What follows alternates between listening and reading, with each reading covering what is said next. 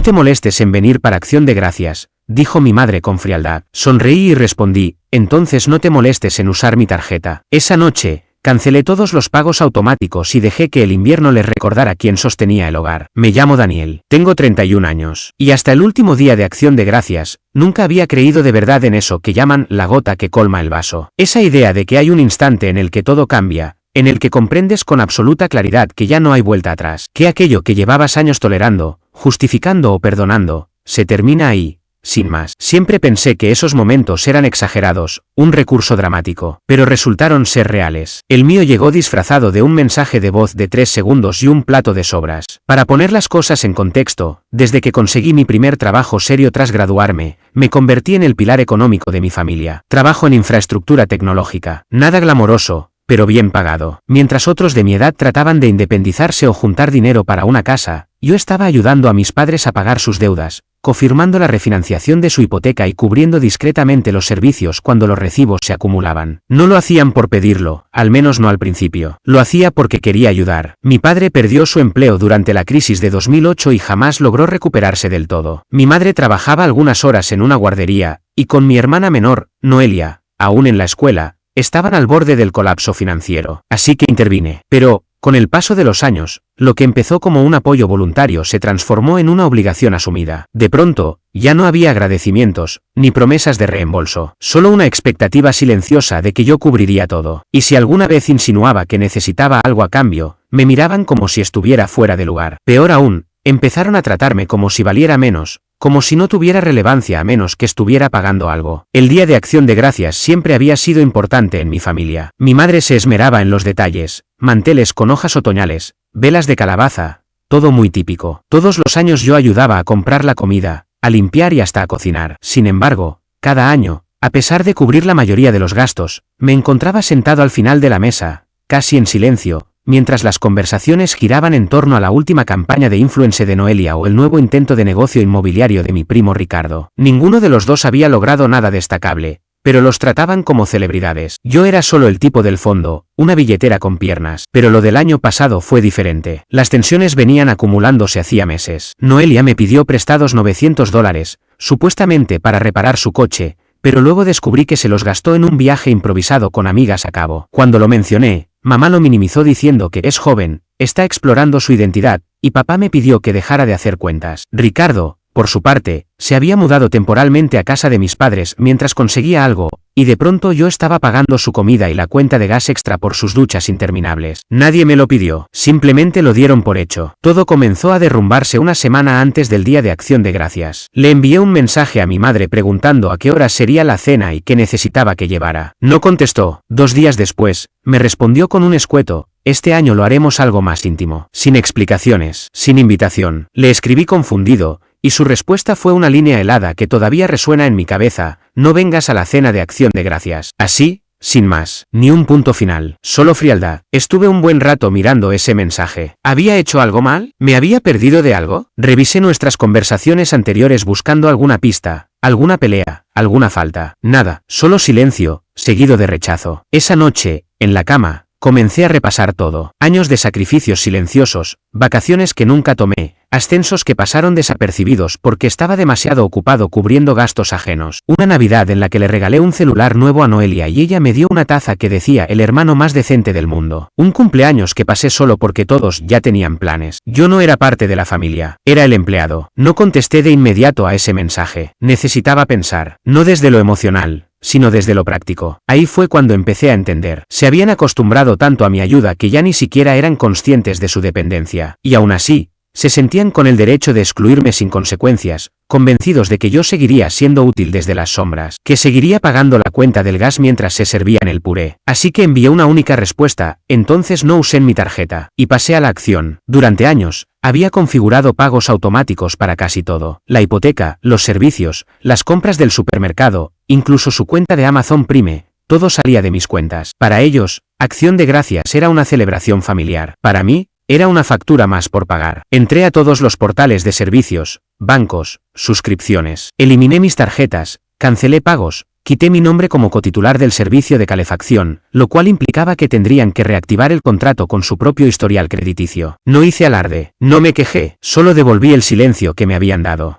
Ese jueves por la mañana, preparé mi propia cena, nada sofisticado, un pollo asado, puré de caja y salsa de arándanos enlatada. Me senté en mi pequeño departamento, con el teléfono en silencio, viendo comedias viejas mientras el viento soplaba afuera. Por primera vez en mucho tiempo, no me sentía estresado. No estaba esperando que me necesitaran ni que me despreciaran. Estaba en paz. Horas después, mi teléfono vibró. Una vez, 2, 12. Los mensajes empezaron a llegar. Daniel, ¿qué pasó con el gas? Se cortó el pago. No hay calefacción. Nos estamos congelando. No podemos acceder al portal de la hipoteca. Dice que la tarjeta fue rechazada. Y luego, la llamada de mi padre, al buzón. Después, otra de mamá, seguida de un largo texto pasivo-agresivo. Si esto es un castigo por no invitarte, es muy infantil. La familia no se abandona así. Me quedé mirando ese mensaje. La familia no se abandona. La ironía casi me hizo reír. Pero no respondí. Cerré la conversación. En ese momento, el frío que se colaba en su casa era un reflejo más honesto de nuestra relación que cualquier cena forzada. Y cuando estaba por acomodarme en el sofá, otro mensaje apareció en la pantalla. Era de Noelia.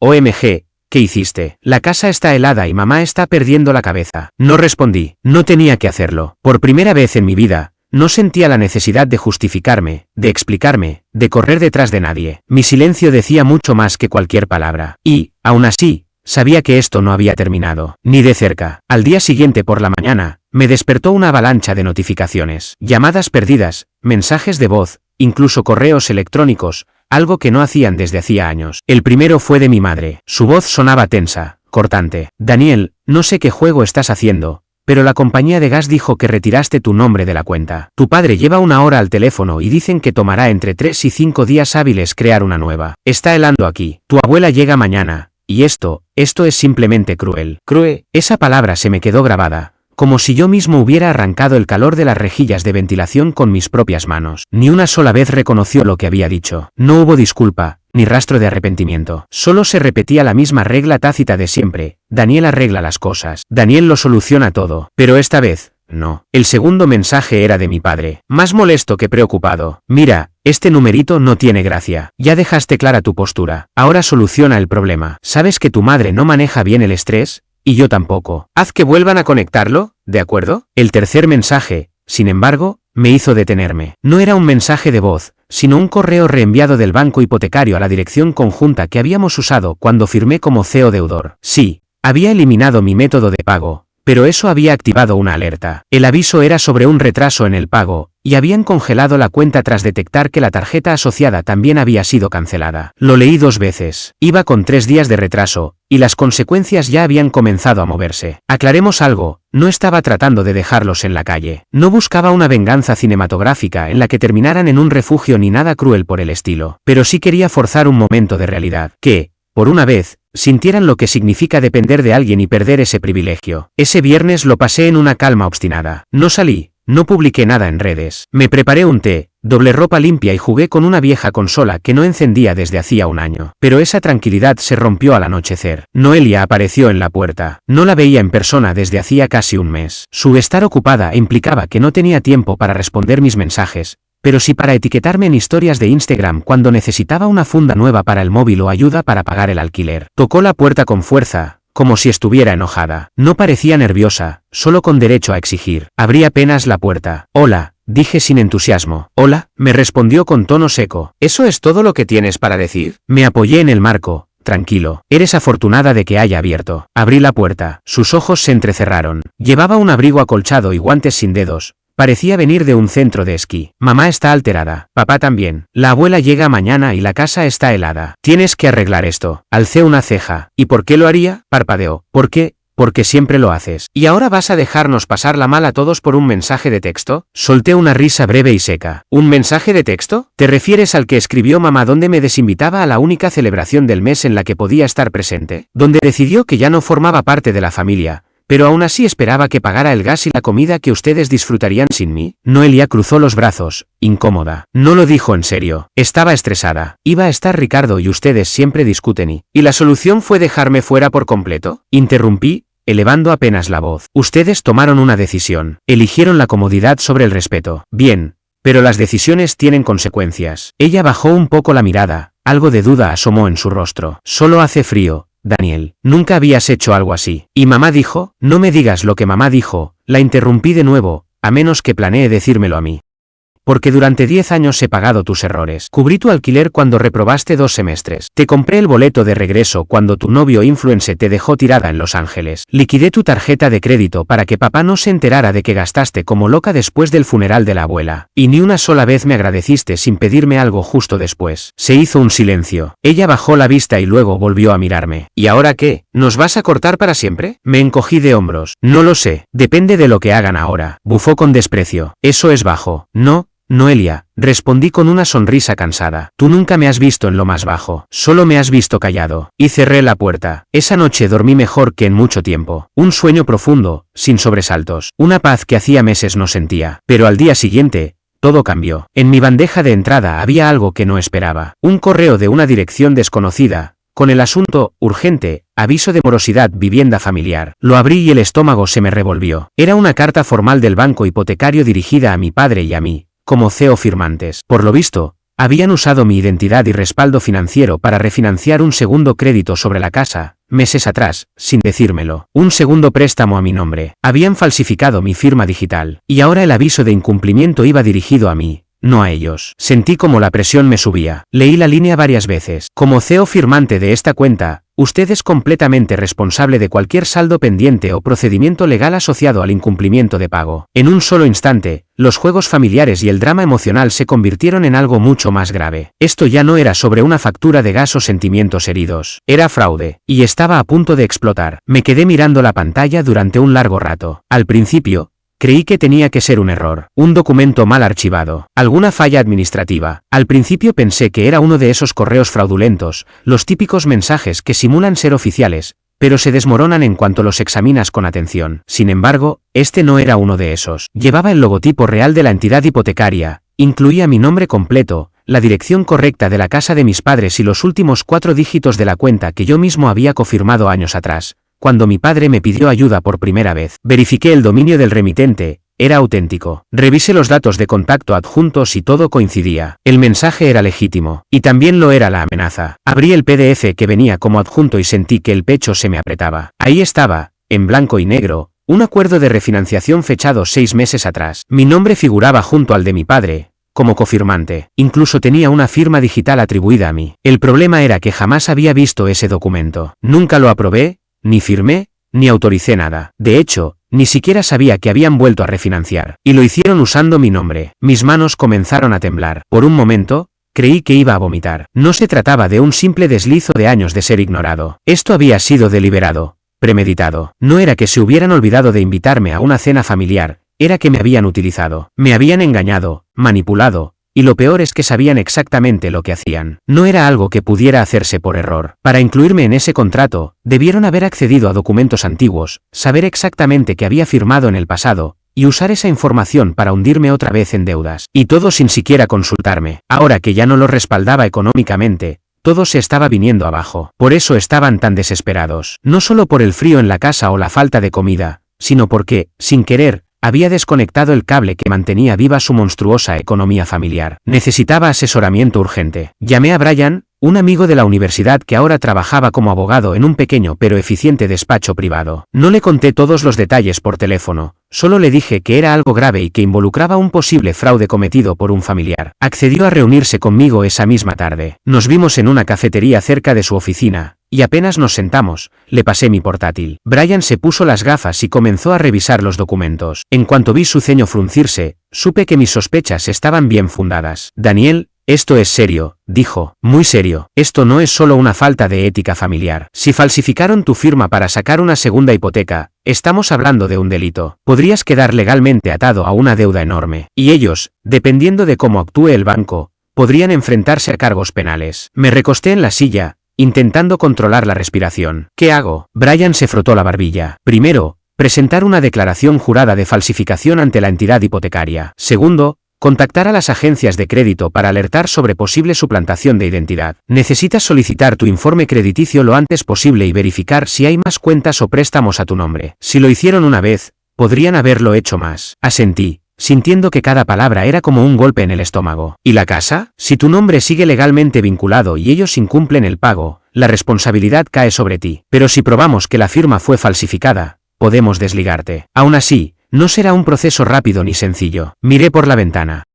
Los árboles estaban desnudos, el viento soplaba en ráfagas cortas y agresivas. Todo parecía tan frío como el momento que estaba viviendo. Brian se inclinó hacia adelante. Mira, sé que es tu familia, pero tienes que dejar de pensar como hijo y empezar a pensar como alguien que fue víctima de un delito. No estás exagerando, Daniel. De hecho, estás reaccionando con demasiada suavidad. Eso me sacudió. Por años me había convencido de que su comportamiento no era tan grave, que estaban abrumados, que hacían lo mejor que podían. Pero ahora tenía la evidencia frente a mí. Era peor de lo que me había permitido aceptar. Le agradecí a Brian, prometí seguir los pasos que me indicó y regresé a mi apartamento como si caminara entre niebla. Ya en casa, descargué mi informe crediticio, y resultó ser aún más alarmante de lo que imaginaba. En los últimos 2 años se habían abierto 3 líneas de crédito a mi nombre. Una era la hipoteca, otra, una tarjeta de crédito en una tienda, utilizada para comprar más de $4.000 en muebles. La tercera, un préstamo personal por $8.000, presuntamente para consolidar deudas familiares. Sentí que la mandíbula se me tensaba hasta doler. Revisando el historial, noté que alguien había intentado iniciar sesión hacía solo 2 días. Mientras yo cancelaba los servicios básicos, alguien, seguramente mi padre, había tratado de reactivar los antiguos métodos de pago. Al fallar, lo dejaron así. Ni siquiera se molestaron en consultarme. Simplemente intentaron colarse de nuevo. Me quedé sentado en esa silla durante horas, sintiendo como la rabia se acumulaba como un veneno lento. Esto no era solo una traición emocional. Era una traición documentada, firmada,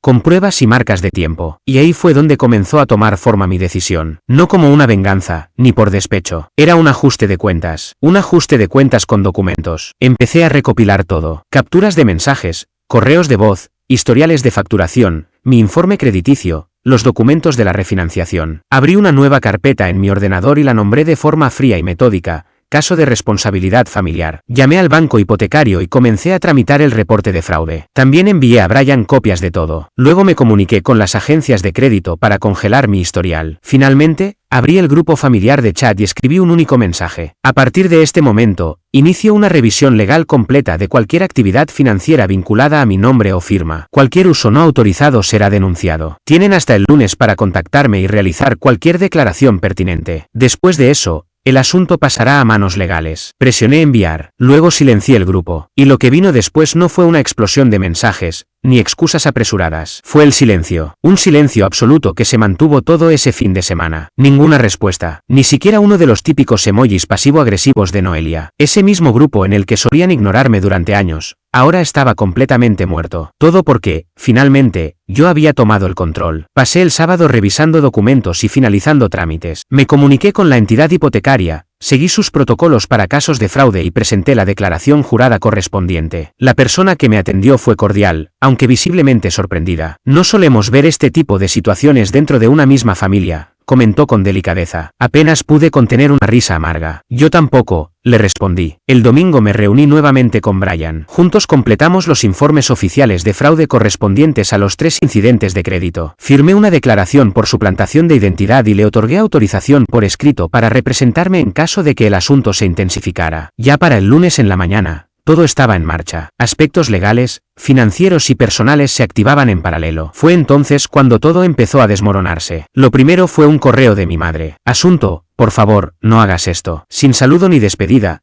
solo un largo párrafo lleno de chantajes emocionales. No sabía que estabas tan dolido. Ojalá lo hubieras dicho antes. Nunca quisimos dejarte fuera. Tu padre estaba agobiado. Noelia me presionaba. Pensé que darte tu espacio era mejor. No recuerdo haber firmado nada con tu nombre. Tal vez fue un error de papeles. Por favor, no metas abogados. Somos familia. No podemos hablarlo. No respondí. No en ese momento. Ni más tarde. Ni nunca. En realidad, 15 minutos después, recibí una llamada de un número desconocido. Era su abogado, o más bien un viejo conocido de la familia que ahora decía representarlos. Daniel, hola, estoy llamando en nombre de tus padres. Están bastante afectados y algo confundidos con todo esto. Lo dejé hablar, hasta que lo interrumpí. Utilizaron mi identidad para cometer fraude financiero. Esto no es un malentendido familiar, es un delito. Hubo un silencio. Seguro hay una explicación. Hay un contrato de refinanciación con mi firma falsificada, le espeté. un préstamo personal que jamás solicité y además intentaron acceder a mi cuenta tras salirme del acuerdo. No hay explicación que pueda justificar eso. La línea volvió a quedar en silencio. Finalmente, con un tono más precavido,